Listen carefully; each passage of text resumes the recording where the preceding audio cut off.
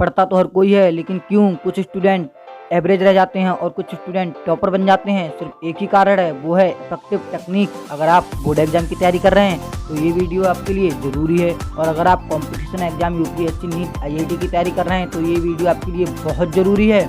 आज मैं आपको बताने वाला हूँ 4 इफेक्टिव लर्निंग टेक्निक जो कि 99% नहीं बल्कि 100% काम करती हैं। इसलिए इस वीडियो को एंड तक ध्यान से देखना, क्योंकि हर टेक्निक एक दूसरे से कनेक्टेड है।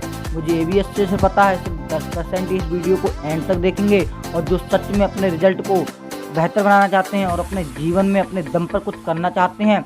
अब फोकस करते हैं लर्निंग टेक्निक पर। Number 1, read effectively.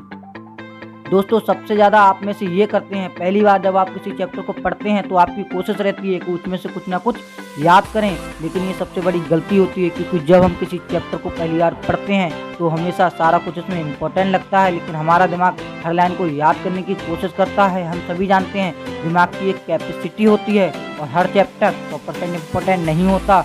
हम अपने दिमाग की कैपेसिटी में सिर्फ उन चीज़ों को पढ़ लेते हैं जो शायद इम्पोर्टेंट नहीं हो। इसलिए पहली बार आपको सिर्फ चैप्टर पढ़ना है, याद करने की कोशिश करते ही ना करें। अब नंबर 2, एक्टिव लर्निंग। दोस्तों, आपने कई बार सुना होगा, बोल बोल कर पढ़ो तो तुमको जल्दी याद होगा। तो आप हर लाइन को एक मंत्र की तरह जपते रहते हो और बार बार एक लाइन को बोल बोल कर याद करने की कोशिश करते रहते हो, लेकिन ये तरीके वैज्ञानिक तौर पर बिल्कुल भी सही नहीं है। जब भी आप किसी चैप्टर को याद करने की कोशिश करते हैं तो उसमें से उन चीज़ों को अंडरलाइन करना शुरू कर दो जो आपको इम्पोर्टेंट लगती हैं। इम्पोर्टेंट चीज़ों को सेलेक्ट करने के बाद हमें अपने हिसाब से टॉपिक समझना है।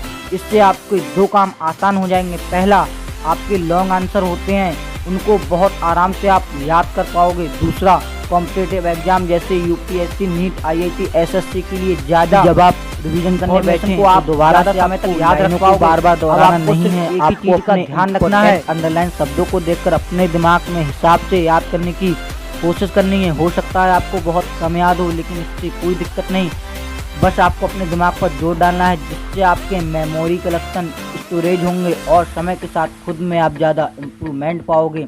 Number 3, smart revision.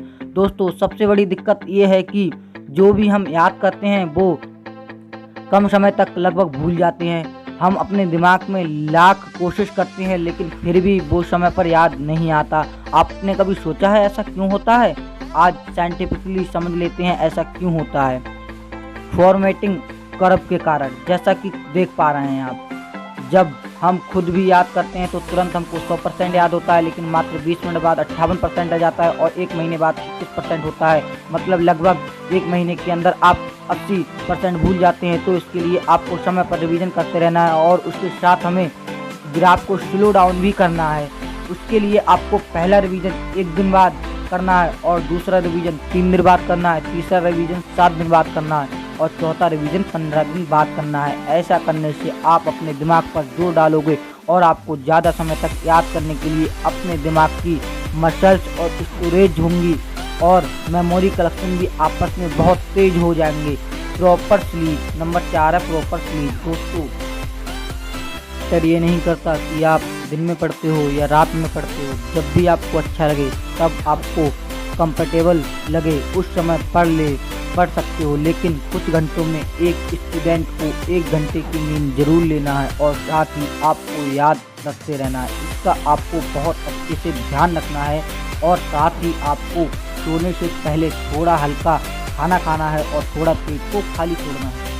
तो दोस्तों, ये हैं स्मार्ट तरीके याद करने के। कमेंट करके बताएं कि कौन सी टेक्निक आपको सबसे ज़्यादा